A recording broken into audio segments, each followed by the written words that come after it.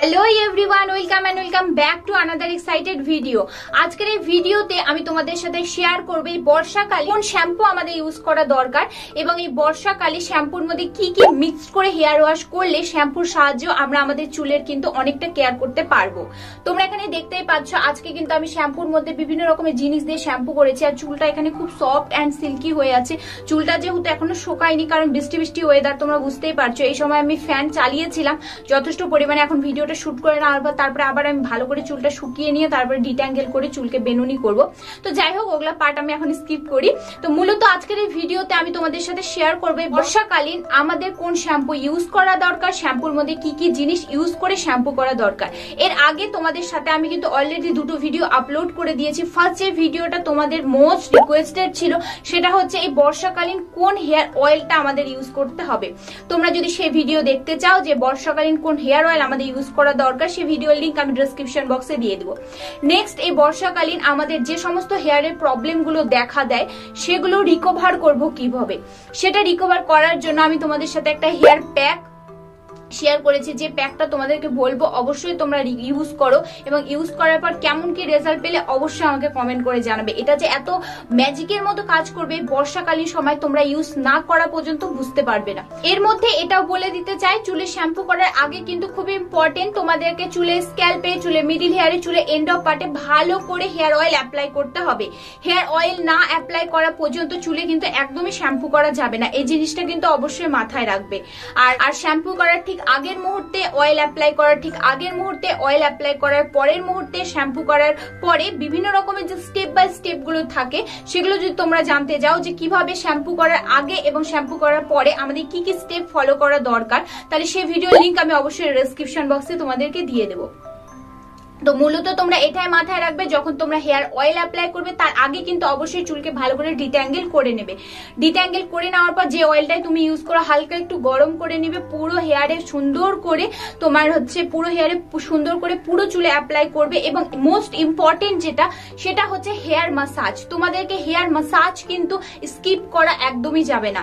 তোমরা যদি hair massage দেখতে চাও যে কোন কোন পয়েন্টে হেয়ার মাসাজ করাটা খুবই বেনিফিট আমাদের হেয়ারের জন্য, সেই ভিডিওর লিংক আমি আই বাটনে মেনশন করে দেবো। এই ভিডিওটা দেখার পর তোমরা সেই ভিডিওটা ক্লিক করে দেখে নিতে পারো। চলো দেখে নাও এখন আমি কোন শ্যাম্পু ইউজ করছি এবং শ্যাম্পুর মধ্যে কি কি জিনিস মিক্স করে আমি হেয়ার ওয়াশ করছি। তো চলো আর বেশি দেরি না করে ভিডিওটা এবার শুরু করা যাক। সবার প্রথমে তোমাদেরকে নিতে লাগবে ড্রাই রোজমেরি লিপস। এটা অনলাইন থেকে তোমাদের পারচেজ করতে হবে এবং তোমাদেরকে আমি রিকমেন্ড করবো বর্ষাকালে তোমরা কিন্তু রোজমেরি লিপসকে অবশ্যই বাড়িতে এনে রাখো। রোজমেরি আমাদের চুলের জন্য খুবই বেনিফিট দিবে। তোমরা যে প্যাক ইউজ করো, যে অয়েল ইউজ করো, যে তোমার যে টোনার ইউজ করো, সমস্ত কিছুর মধ্যে রোজমেরি কিন্তু তোমরা দিতে পারো। আর যদি তোমরা বলো যে না আমরা রোজমেরি কিনবো না, তাহলে নর্মাল রাইস নেবে তাহলেও হবে।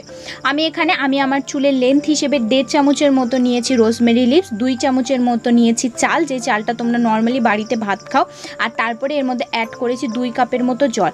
এটাকে আমি প্রায় 7 থেকে 8 ঘন্টা বা ওভারনাইট তোমাদেরকে এইভাবে ভিজিয়ে রেখে দিতে হবে।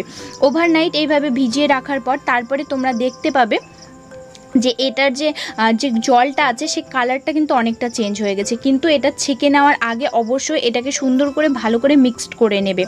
ভালো করে মিক্সড করে নেওয়ার পর এটা একটা ছাঁকনির সাহায্যে ছেঁকে নেবে। আমি না এটাকে রাত্রেবেলা ভিজাতে ভুলে গেছিলাম, যার জন্য আমি সকালে ঘুম থেকে উঠে এটাকে ভিজিয়ে দিয়েছিলাম। তার মধ্যেও দেখো এটার কালার কিন্তু চেঞ্জ হয়ে গেছে।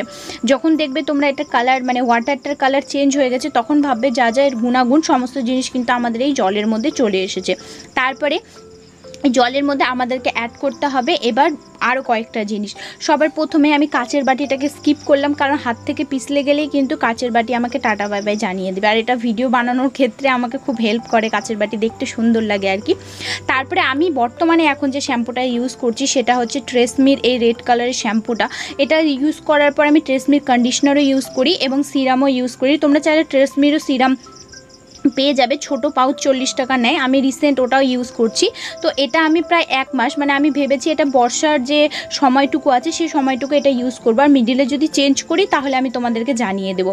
আমি এখানে আমার চুলের লেন্থ হিসেবে নিয়ে নিয়েছি শ্যাম্পু এবং নেওয়ার পর তারপরে এর মধ্যে অ্যাড করতে হবে হচ্ছে 1 চামচের মতো রোজ ওয়াটারটা কিন্তু স্কিপ করা একদমই যাবে না। আর সবথেকে বড় কথা, আমি ভিডিওতে যা যা বলি তোমাদের মধ্যে অনেকে আমাকে কমেন্ট করে বলো যে দিদিভাই এটা যদি না থাকে তাহলে কি করব, ওটা যদি না থাকে তাহলে কি করব। যদি না থাকে তাহলে তো আর কিছু করার নেই, কিন্তু চেষ্টা করবে সেই সমস্ত জিনিসগুলো পারচেজ করার, যদি অ্যাজ এ তোমরা চাও চুলকে ভালো করার জন্য, ঠিক আছে। তারপরে এবার এই সমস্ত জিনিসটা আমি সুন্দর করে হাত দিয়ে একদম মিক্সড করে নিচ্ছি এবং যখন দেখবে এরকম ঝাঁক চলে এসেছে, মানে ফেনা চলে এসেছে, তখন কিন্তু এটা আমাদের রেডি হেয়ারে অ্যাপ্লাই করার জন্য। তারপরে তোমরা আগের দিন অয়েল অ্যাপ্লাই করবে, পরের দিন করবে এইভাবে শ্যাম্পু। এটা দিয়ে শ্যাম্পু করার পর তারপরে তোমরা কন্ডিশনার অ্যাপ্লাই করবে, তারপরে হচ্ছে সিরাম অ্যাপ্লাই করবে এবং অ্যাপ্লাই করার পর ঠিক এরকমই সফট সিল্কি শাইনি হেয়ার তোমরা কিন্তু পেয়ে যাবে। আমি কিন্তু এখানে সিরামটা স্কিপ করে গিয়েছিলাম কারণ সিরামটা আমি খুঁজেই পাচ্ছিলাম না, তো যার জন্য আমি এখানে কিন্তু উইদাউট সিরাম কিন্তু কন্ডিশনার আমি ইউজ করেছি। এবং আমি তোমাদেরকে বলবো যাদের চুল লম্বা বা যাদের চুল ঘন, যাদের চুল প্রচুর পরিমাণে জট বাঁধে, তাদেরকে আমি অবশ্যই বলবো যে তারা কিন্তু অবশ্যই কন্ডিশনার এবং সিরাম তাদের ইউজ করা দরকার। যাদের চুল পাতলা তাদের ক্ষেত্রে স্কিপ করতে পারো, কিন্তু ঘন চুলের ক্ষেত্রে যাদের প্রচণ্ড পরিমাণে জট বাঁধে তাদেরকে কিন্তু কন্ডিশনার এবং সিরাম অবশ্যই ইউজ করা দরকার। আর হেয়ার ওয়াশ করার পর এটা হচ্ছে ফাইনাল রেজাল্ট। তো কেমন লাগলো অবশ্যই আমাকে জানাবে। তো ব্যাস আজকের মতো এইটুকুই। আশা করি ভিডিওটি তোমাদের ভালো লেগেছে। ভিডিওটি ভালো লাগলে অবশ্যই ভিডিওটি লাইক এবং চ্যানেলটি সাবস্ক্রাইব করতে ভুলবে না এরকম মজাদার হেয়ার কেয়ার ভিডিও পাওয়ার জন্য। এর সাথে সাথে বলে দিই, তোমাদের যে প্রবলেম রিলেটেড তোমরা ভিডিও চাও বা তোমাদের যে প্রবলেমটা হচ্ছে অবশ্যই আমাকে কমেন্ট করে জানাবে, আমি সেই রিলেটেড ভিডিও কিন্তু অবশ্যই তোমাদের সাথে আনবো। তো ব্যাস আজকের মতো এইটুকুই, আবার দেখা হবে নেক্সট ভিডিওতে। ততক্ষণ ভালো থাকো এবং সুস্থ থাকো। Bye bye, take care, bye by.